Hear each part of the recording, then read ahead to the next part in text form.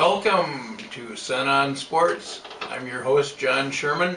With me are my colleagues, Nick Clark, Mike Shaughnessy, and Gregory Kleven. We're going to talk about high school golf in this segment. We are coming off the big Tri-State Invitational on the Les Bolstad course at the University of Minnesota. Let's talk about the results of that meet. We had a very close finish between two of the top teams in the state. Nick, why don't you tell us a little bit about that? Yeah, it was an exciting finish down there at the U Golf Course from everything I heard, and Forest Lake was just the best team out there that day. They ended up winning it. Wayzata was second, though, which was kind of surprising to some people. They weren't a team that a lot of people had pointed to. Traditionally, they're a pretty strong golf team when it comes to the boys' side, but this was a year where they kind of went down there and really turned some heads. And I know they were pretty happy about it. Talking to their first-year head coach, Joe Hannon, yesterday, he said it was the type of stepping stone, so to speak, that he was looking for out of his team. He admitted that Forest Lake just wasn't going to be beat that day, but for his team to finish second, they were pretty excited about it. Don't they have a seventh grader who's moved up in the ranks? Yeah, Jack Holmgren, a little seventh grader, and I was out at their match yesterday with Minnetonka, and he looks every bit of a seventh grader. He's about, I don't know, 5'2", maybe, short, buzz cut hair, big Oakleys that don't fit on his head, but he hits the ball a ton, and he played well yesterday. He was their fourth golfer in the Tri-State score count at both days, and he's really given them.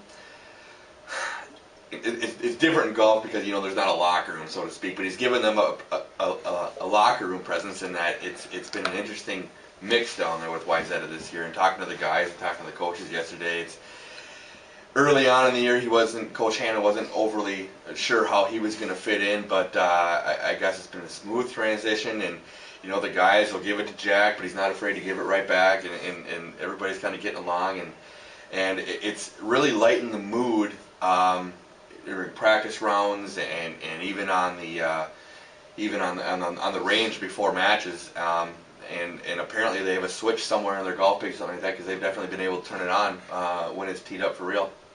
Well, Nick, just to give you the terminology, they don't have a locker room in golf, but they do have a clubhouse. And a lot of these teams go and eat cheeseburgers and fries and drink some Cokes afterwards, and I bet the seventh grader was buying last week. Right, he may have been. Actually, yesterday wasn't the clubhouse, it was Chipotle, from what I heard from the guys. But it's it's a good feeling down there, and they're pretty excited. They all admitted that it's a long way to go in how you're playing now. Nobody remembers who wins Tri-State the last year. I couldn't tell you who won it last year, and there's probably nobody at this table. Well, Mike might be able to, but he's no doubt he could. But I mean, people remember who wins in June at Bunker Hills, and that's what they're aiming for. They want to get there. To get there, they have to go through a really tough sectional. It's a 2-day tournament at the Ridges of Sand Creek that third week of May. That's what they're getting ready for right now, and hopefully for a chance to get to Bunker Hills that first week of June. Mike, after the Tri-State, where was Eastview eating?